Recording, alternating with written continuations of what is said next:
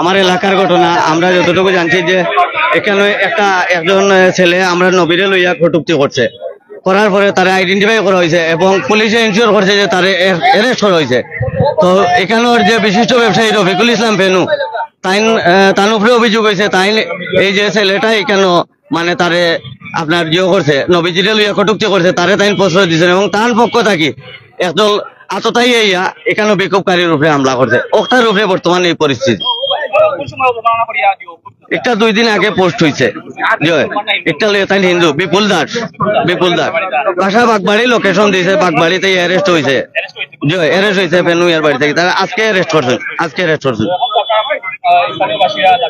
আমরা মিডিয়া গণমাধ্যম কর্মী, আমরা খবর পাই যাইছি এবং আমি এলাকাবাসী হিসাবে, মিডিয়া নয় এখন এলাকাবাসী হিসাবে নবীজিরে নিয়ে, নবী যেহেতু আমরা ধর্মের একজন বিশেষ কেউ, আমরার নেতা, আমরার আদর্শ এবং ইসলাম ধর্মের সবচেয়ে বড় একজন নবী এবং পৃথিবীর সর্বশ্রেষ্ঠ মানব, তাহলে অবমাননা করেছে। আমরা দৃষ্টান্তমূলক শাস্তি চাই আইনের দ্বারাই। এই কটূক্তির জন্য আইনের দ্বারাই সর্বোচ্চ যে সাজা হয় আমরা তার সাজা দাবি করি। রফিকুল ইসলাম ফেনু ব্যবসায়ী, এই এন্টারপ্রাইজ, এই পাশেই ওনার বাসা। যে আজকে বাগবাড়ি পয়েন্টে ওরা শান্তিপ্রিয় ভাবে একটা মিছিল নিয়ে যাচ্ছিল যে আমাদের বিশ্বনবী মোহাম্মদ রাসূলুল্লাহ সাল্লাল্লাহু আলাইহি সাল্লামকে যারা কটূক্তি করেছে তারাও জানে না কে বা কারা করছে, কিন্তু হঠাৎ করে দেখা যাচ্ছে কি পিছন থেকে এসে পাতারিক ভাবে ধাদি মানে ছেদ মারে।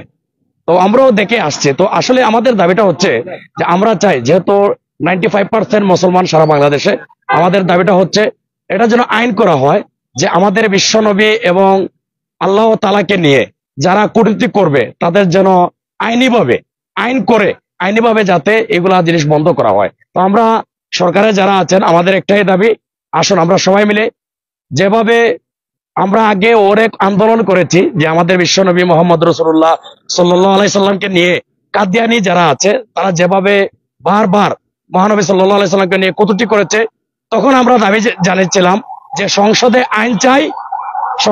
আইন চাই, নবীর পরে নবী নাই। আমরা চাই সংসদে আইন হোক যে রাসূল সাল্লাল্লাহু আলাইহি সাল্লামকে নিয়ে কোনো ধরনের কটূক্তি যাতে না হয়, এবং আমরা মুসলমান, আমরা নবী বিশ্বাস করি, আল্লাহ বিশ্বাস করি। আল্লাহ সুবহানাহু ওয়া তাআলাকে নিয়ে যারা কটূক্তি করবে তাদেরকে আইনগতভাবে দৃষ্টান্তমূলক শাস্তি আমরা দাবি করি। তার সাথে আপনারা দেখেছেন শুধু যে আজকে যে বাগবাড়ি যে এই ঘটনা হয়েছে তা নয়, বাংলাদেশে বিভিন্ন জায়গায় আমাদের বিশ্বনবীকে নিয়ে বারবার কটূক্তি করে যাচ্ছে। তো আমরা অবিলম্বে আইন শৃঙ্খলা বাহিনীর কাছে আমাদের একটাই দাবি যে আপনারা আইন করুন যাতে আমাদের বিশ্বনবীকে নিয়ে আর যাতে কেউ কোনো ধরনের সাহস না পায়, আর যাকে গ্রেফতার করা হয়েছে তাকে যেন দৃষ্টান্তমূলক জনসমুদ্রে তার যেন ফাঁসির দাবি চাই, আমরা তার দৃষ্টান্তমূলক আমরা শাস্তি দাবি করি। আমি যতটুকু জানি এই এলাকার এই যে আমাদের ফেনু ভাই আছে, উনি একজন ব্যবসায়ী, তো ওনার বাসায় ভাড়াতে থাকে। জি ধর্ম সম্ভবত শুনছি আমরা সে হিন্দু, আমরা শুনেছি, যতটুকু শুনেছি আমরা সে হিন্দু। হ্যাঁ, ইমন ও হচ্ছে মুসলমান ওই এলাকারই। এখন তাকে তো তারা উসমানী মেডিকেল যেহেতু পাশে আছে, উসমানী মেডিকেলে চিকিৎসাধীন আছে। আর আমাদের কোতোয়ালি থানার যারা দায়িত্বশীলরা আসছিলেন, ওনারা সবাই মিলে তাকে ওই যে আঘাত করেছে, প্রত্যক্ষদর্শী যে আমাদের নবীজিকে নিয়ে যে কটূক্তি করেছে তাকে গ্রেফতার করা হয়েছে ইতিমধ্যে। মহানবী সাল্লাল্লাহু আলাইহি ওয়াসাল্লামকে অবমাননা করে ফেসবুকে পোস্ট ওকে কেন্দ্র করে সিলেটে উসমানী মেডিকেল রোডে উত্তাল বিরাজ করছে এই মুহূর্তে। এই বিষয়টাকে নিয়ে দেওয়া হয়েছে, হাজারো তৌহিদি জনতা জড়ো হয়েছেন এখানে আন্দোলনে। এখানে আন্দোলনের একটাই কারণ যে মহানবী সাল্লাল্লাহু আলাইহি ওয়াসাল্লামকে অবমাননা কেন সেটা জানতে চাই। তো বিষয়টা হচ্ছে আমরা একটু জানতে চাই, একটু বলবেন। তো মহানবী সাল্লাল্লাহু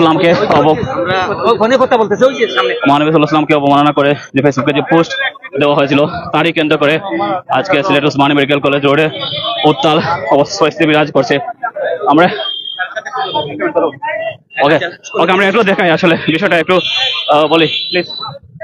সো একটু আগে আমরা জানতে পেরেছি অর্থাৎ সিলেটের উসমানী মেডিকেল রোডে মহানবী সাল্লাল্লাহু আলাইহি ওয়াসাল্লামকে অবমাননা করে ফেসবুকে অবমাননা করার পোস্ট দেওয়া হয়েছে। সেই পোস্টকে কেন্দ্র করে আজকের এই প্রতিবাদী সভা, আজকে তৌহিদি জনতা যুক্ত হয়েছে। এখানে কে কাহিনী জানেন?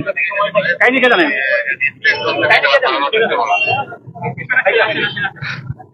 এই যে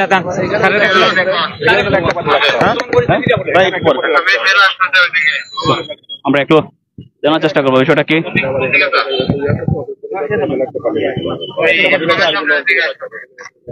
তো বিষয়টা হচ্ছে মহানবী সাল্লাল্লাহু আলাইহি ওয়াসাল্লামের ওপর যে অবমাননাকর পোস্ট দেওয়া হয়েছিল তার প্রেক্ষিতে উত্তাল। আমরা জানি গত কয়েকদিন আগে জিন্দাবাজার এলাকায় এরকম একটা অবমাননাকর পোস্ট দেওয়া হয়েছিল, তার প্রেক্ষিতে উত্তাল ছিল। আজকেও সেই অভিযোগ উঠেছে, অর্থাৎ সিলেট উসমানী মেডিকেল কলেজের সামনে অবস্থান করছি। তো এখানে হাজার হাজার তৌহিদি জনতা তাদের একটাই দাবি, অর্থাৎ যারা আসলে মহানবী সাল্লাল্লাহু আলাইহি ওয়াসাল্লামকে অবমাননা করেছে তাদের সর্বোচ্চ শাস্তি হোক, তাদেরকে আইনের আওতায় আনা হোক। তারা তাৎক্ষণিক প্রতিক্রিয়া জানিয়েছে। ইতিমধ্যে আপনারা দেখতে পাচ্ছেন হাজার হাজার তৌহিদি জনতা মিছিল নিয়ে কয়েকটি ভাগে বিভক্ত হয়ে গেছে। এক অংশ তারা ওসমানী মেডিকেল সামনে অবস্থান করছে, আমরা এখন অবস্থান করছি বাগবাড়ি অংশ, অর্থাৎ সিলেট ইন্টারন্যাশনাল ইউনিভার্সিটির সামনে। আমি সুজন আহমদ প্রাইম থেকে যুক্ত আছি, আমার সাথে সহকর্মী আমার সাথে আছেন লিটন ভাই HRTV থেকে। সো আপনারা সবাই আপনাদের মতামত জানিয়ে দেবেন, কেন বারবার সিলেটের ভূমিতে নবীকে অবমাননা করা হয়। পবিত্র ফেসবুক পোস্ট দেওয়া হয়েছিল, তারই পরিপ্রেক্ষিতে তাৎক্ষণিক পরিপ্রেক্ষিতে তৌহিদি জনতা আজকে উত্তাল সমবেত হয়েছে, যেখানে হাজার হাজার মানুষ কিছুক্ষণ আগে ছিল, এখন কিছুটা শান্ত হওয়ার চেষ্টা করছে। তো যে বিষয়টা আমি জানাতে চেষ্টা করছি, তো বিশেষ করে গত 2 দিন আগে এই সিলেটের বাগবাড়ি অঞ্চলে একজন হিন্দু ধর্মাবলম্বী মহানবী সাল্লাল্লাহু আলাইহি ওয়াসাল্লামকে কটূক্তি করে ফেসবুকে পোস্ট দিয়েছিলেন। তো তাকে কে বা একজন মানুষের নাম আসলে উল্লেখ করা হয়েছে, নামটা বলে নেই। তো তারা প্রশ্ন দিয়েছিলেন। এখন আসলে তারা তাৎক্ষণিক ভাবে একটা প্রতিবাদ সমাবেশ করতেছিল, কিন্তু প্রতিবাদ সমাবেশের মধ্যে অর্থাৎ হামলাকারীরা হামলা করে, অর্থাৎ কেউ মিছিলের মধ্যে হামলা করে। তো তারই হামলার পরিপ্রেক্ষিতে এই পরিস্থিতিটা আরো উত্তাল হয়, অর্থাৎ আগুনে গিয়ে জ্বালার যে ভাব সেটা এখন তৈরি হয় উসমানী মেডিকেলের ঠিক সামনে। আমি এখন অবস্থান করছি সিলেট উসমানী মেডিকেলের ঠিক সামনে। তো সেখানে হাজার হাজার এলাকাবাসী, স্থানীয় তৌহিদি জনতা এখানে এসেছেন, স্থানীয় মানুষরা সবাইকে শান্ত হওয়ার চেষ্টা করতেছেন।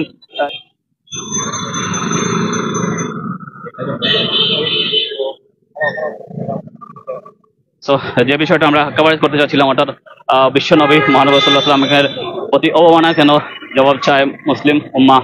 সো বিভিন্ন সময় বিভিন্নভাবে মুসলিম উম্মাহর প্রতি হযরত মুহাম্মদ সাল্লাল্লাহু আলাইহি ওয়াসাল্লামকে নিয়ে যে কটূক্তি বা সেটা আসলে অংশ দেখায়, যেখানে আসলে ভাঙচুরের ঘটনা করেছে। অর্থাৎ যে বিল্ডিং এ আসলে যে কটূক্তিকারী যে অবস্থান করতো বা থাকতো সে বাসায় আসলে ভাঙচুর করা হয়েছে। আমরা একটু দেখাই, গ্লাসের টুকরো আসলে রাস্তা ভেঙে পড়েছে। ওকে, অর্থাৎ আমরা একটু দেখাই আসলে এই অংশটা আপনারা দেখতে পাচ্ছেন গ্লাসে ভেঙে গেছে, অর্থাৎ এই বাসাটি ভাঙচুর করা হয়েছে। পুরোটি গ্লাস আপনি যদি দেখাই, পুরোটি গ্লাস আসলে ভেঙে চুরমার হয়ে গেছে। তো এখানে ইট পাটকেলও নিক্ষেপ হয়েছে, যে আপনারা দেখতে পাচ্ছেন এখানে ইট পাটকেলও চুক্তি করা হয়েছে। একটু আসো না, ইট পাটকেল চূড়া হয়েছে, আপনারা দেখতে পাচ্ছেন এখানে ইট পাটকেল ঘটনা হয়েছে, গ্লাস পড়ে রয়েছে। অর্থাৎ সেখানে স্পষ্ট যে এই বাসায় আসলে ভাঙচুর করা হয়েছে। অর্থাৎ এই বাসায় যে মহানবী সাল্লাল্লাহু আলাইহি ওয়াসাল্লামকে নিয়ে কটূক্তি করেছিল সে এই বাসায় অবস্থান করতো, বিদায় এই বাসাটা আসলে ক্ষতিগ্রস্ত হয়েছে। তো যতটুকু জানতে পারছি সে একজন হিন্দু ধর্মাবলম্বী, নামটা আসলে পরবর্তী আমার জানা নেই, হিন্দু ধর্মাবলম্বী। তো এই বাসায় থাকার কারণে সে বাসাটি আসলে হামলা শিকার হয়েছে। তো বিশেষ করে আর একটু দেখাই, অর্থাৎ সাইনবোর্ডটাও আসলে ভাঙচুর করা হয়েছে মনে হয়, সম্ভবত সাইনবোর্ডটাও ভাঙচুর করা হয়েছে। অর্থাৎ পুরো বাসাটি আসলে কয়েকটা গ্লাস ভেঙে চুরমার করা হয়েছে। যেহেতু উত্তেজিত জনতা ছিল, এই উত্তেজিত জনতার মধ্যেও কিন্তু যারা আসলে প্রতিবাদ করেছিল এই তাৎক্ষণিক মহানবী সাল্লাল্লাহু আলাইহি ওয়াসাল্লামের অবমান করেছিল, তারা যখন আন্দোলন করেছিল, অর্থাৎ মহানবী সাল্লাল্লাহু আলাইহি ওয়াসাল্লামের যারা অবমাননা করেছে তাদের দৃষ্টান্তমূলক শাস্তির দাবিতে তখনই আসলে এই হামলা চলে। অর্থাৎ যারা আন্দোলন করেছিল, আন্দোলনকারীর উপর হামলা চলে, একজনকে দাঁড়িয়ে কোপানো হয়, উনি আসলে উসমানী মেডিকেলে ভর্তি রয়েছেন। আসলে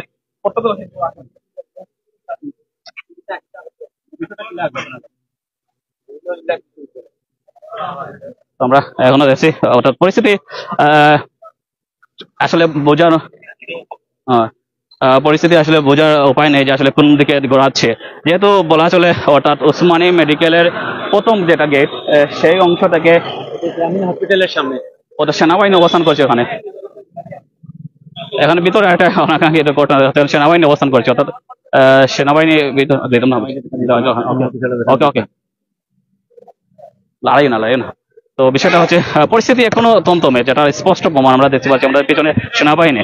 তো বিশেষত সেনাবাহিনী যেহেতু অবস্থান করছে, তো বিষয়টা সহসায় অনুমান করা যায় যেহেতু পরিস্থিতি আর একটু গুলাটে রূপ নিবে, তারই কারণে তারা এখানে অবস্থান করছে।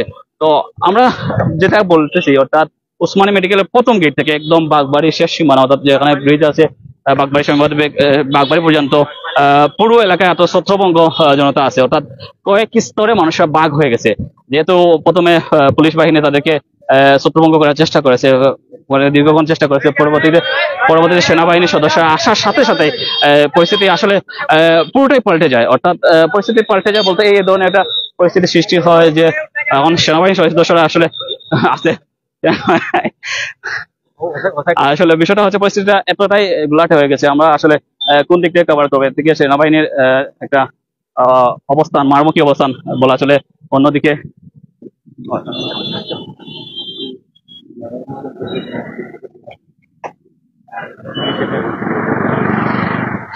যেহেতু ঘটনা হঠাৎ এই স্থানে ভাঙচুর ঘটনা হয়েছিল, ভাঙচুর হওয়ার কারণে যেখানে ইট পাটকেলে গ্লাসের যে ভাঙচুর অবস্থা আপনারা দেখতে পাচ্ছেন, গ্লাস ভেঙে গেছে। যেহেতু যে বাসায় হঠাৎ মহানবী সাল্লাল্লাহু আলাইহি ওয়াসাল্লামকে কটূক্তি করেছিল সেই বাসায় অবস্থান করেছিল বিদায় ইট পাটকেলের দৃশ্য আপনারা দেখতে পাচ্ছেন। তো সেনাবাহিনীর 2টি গাড়ি এখন অবস্থান করছে এখানে পরিস্থিতি নিয়ন্ত্রণ করার জন্য। তো যতটুকু সম্ভব পরিস্থিতিটা শান্ত করার চেষ্টা করছে বাংলাদেশ সেনাবাহিনীর গর্বিত সন্তানরা। যে কোনো পরিস্থিতি, যে কোনো মুহূর্তে তারা যে দুর্যোগে চলে আসে। তো তারই প্রেক্ষিতে আজকের এই মহানবী সাল্লাল্লাহু আলাইহি ওয়াসাল্লামকে নিয়ে অবমাননা ঘটার পরেই আসলে এই ঘটনা ঘটেছে। এখানে ভাঙচুরে আপনারা একটা স্পষ্ট চিত্র দেখতে পাচ্ছেন, এখানে হয়তো ভাঙচুর করা হয়েছে যেটুকু অনুমান করা যাচ্ছে। দেখতে পাচ্ছেন এখানে ভাঙচুরের চিত্র, অর্থাৎ সাইনবোর্ড ভাঙচুরের চিত্র আপনারা দেখতে পাচ্ছেন, অর্থাৎ টায়ার এখানে জ্বালানো হয়েছে। অর্থাৎ এটা সবাই অনুমান যে এখানে আন্দোলনকারী যারা ছিল তারা এখানে টায়ার জ্বালিয়েছিল। বাংলাদেশ সেনাবাহিনীর সদস্যরা অগ্রসর হচ্ছে আমাদের দিকে, অর্থাৎ আমরা যে অংশ বাগবাড়ি সিলেট ইন্টারন্যাশনাল ইউনিভার্সিটি দিকে সেনাবাহিনী যে বাঁশি বাজাচ্ছে, হুইসেল দিচ্ছে, যাতে করে আন্দোলনকারীরা ছড়িয়ে ছিটিয়ে যায়, যাতে করে আন্দোলনের তীব্রতা যাতে বেশি না হয়। তো পরিস্থিতি সময়ের সাথে সাথে আসলে গভীর হচ্ছে, অর্থাৎ উদ্বেগ উৎকণ্ঠা আরো বাড়ছে। যেহেতু একটা বলা চলে যে মহানবী সাল্লাল্লাহু আলাইহি ওয়াসাল্লামের উপর অবমাননা একটা মুসলিম উম্মাহ মানতে পারে না, এটা স্বাভাবিকভাবেই সেই একটা আন্দোলনের রূপলাভ, অর্থাৎ তীব্রতা আরো বেড়েছে যখন সেটা ছড়িয়ে পড়ে। তো পরবর্তীতে যে সাল্লামের অবমাননা ঘটনার কারণে সেনাবাহিনী অবস্থান করছে, সেনাবাহিনী অবস্থান করার কারণে চতুর্দিক আসলে সেনাবাহিনী ঘিরে ফেলেছে। সেনাবাহিনী কৌশলী অবস্থান করার কারণে পরিস্থিতিটা নিয়ন্ত্রণ অবস্থান করছে। তো যেটা বলেছিলাম, আসলে পুরো এই এলাকা জুড়ে তমতমে অবস্থা বিরাজ করছে। আমরা কখন কোন ধরনের অনাকাঙ্ক্ষিত ঘটনা ঘটতে পারে তারই ফলশ্রুতিতে সেনাবাহিনীর অবস্থান, সাথে আছে বাংলাদেশ পুলিশের সদস্যরা, অর্থাৎ চতুর্দিকটাই আসলে নিরাপত্তা ছাদরে ঘিরে ফেলা হয়েছে। তারপরও যারা আন্দোলনকারীরা আছে তারা চতুর্দিকে অবস্থান করছে। তো এখন ছিল বিষয়টা আমরা বলে যাই, অর্থাৎ মহানবী সাল্লাল্লাহু আলাইহি ওয়াসাল্লামকে নিয়ে ফেসবুকে কটূক্তিমূলক পোস্ট দেওয়ার কারণে সিলেটের বাগবাড়ি এলাকায় আজকে একটা প্রতিবাদ মিছিল হয়েছিল। তো প্রতিবাদ মিছিলের সময় প্রতিবাদকারীর ওপর হামলা হয়েছিল। তো হামলা তাকে দাদি কোপানো হয়েছিল, আমরা যতটুকু জানতে পেরেছি। তো যে কটূক্তি করেছিল তার জন্ম শুনেছি হিন্দু, সেই বাগবাড়ি এলাকার ওসমানী মেডিকেলের পাশেই তার বাসা অবস্থান করতো। তো এই উত্তেজনাকে যখন আসলে আন্দোলনকারীর উপর হামলা হয়, তখন উত্তেজনা আরো পারদ নেমে আসে। তো পারদ নেওয়ার কারণে স্থানীয়রা জড়ো হয়, হাজার তৌহিদি জনতা জড়ো হয়। তো সেখানে একটা পরিস্থিতি ভয়ঙ্কর রূপ লাভ করে। তো সেখানে আপনারা দেখতে পাচ্ছেন পুলিশ এবং সেনাবাহিনীর যৌথ প্রয়াসে পরিস্থিতি এখন অনেকটা নিয়ন্ত্রণের ভিতরে আসে। তো আমি সুজন আহমদ এখন যুক্ত ছিলাম প্রাইম সিলেট থেকে, এবং লিটন ভাই যুক্ত ছিলেন HR TV থেকে। ধন্যবাদ সবাইকে।